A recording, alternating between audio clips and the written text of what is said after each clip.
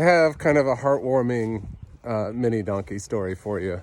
For those of you who have been following along, yes, Murphy has used the newly enclosed shed. And just let me recap a little bit so you can understand why that's kind of a heartwarming, sweet deal. This is Sweet Murphy here, who's kind of scared of the camera whenever he sees that I've got it out.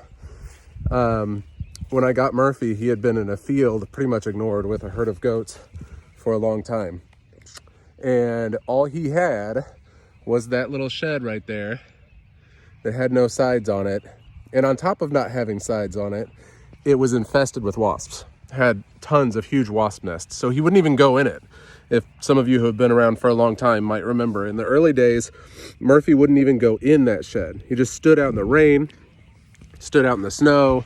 He just stood there being wet and sad looking, even though he's a sweet, sweet boy.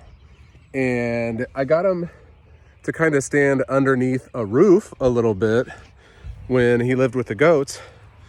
And so I didn't know if this was going to work out, but I can tell you, I got this enclosed on Sunday, and every night I've seen him hanging out in the inside of it, just right inside the doorway here.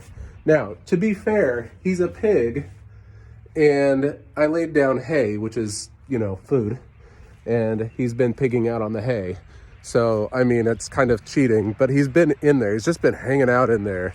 It's been raining, and Sweet Murphy has just been hanging out inside, which is kind of new and kind of big deal and kind of heartwarming, because he didn't have that before for years.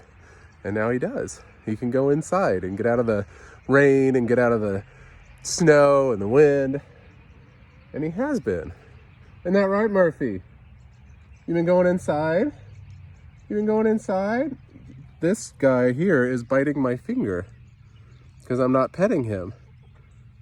Cooper, that hurts. That hurts. I know I should ignore you now. No, don't do that.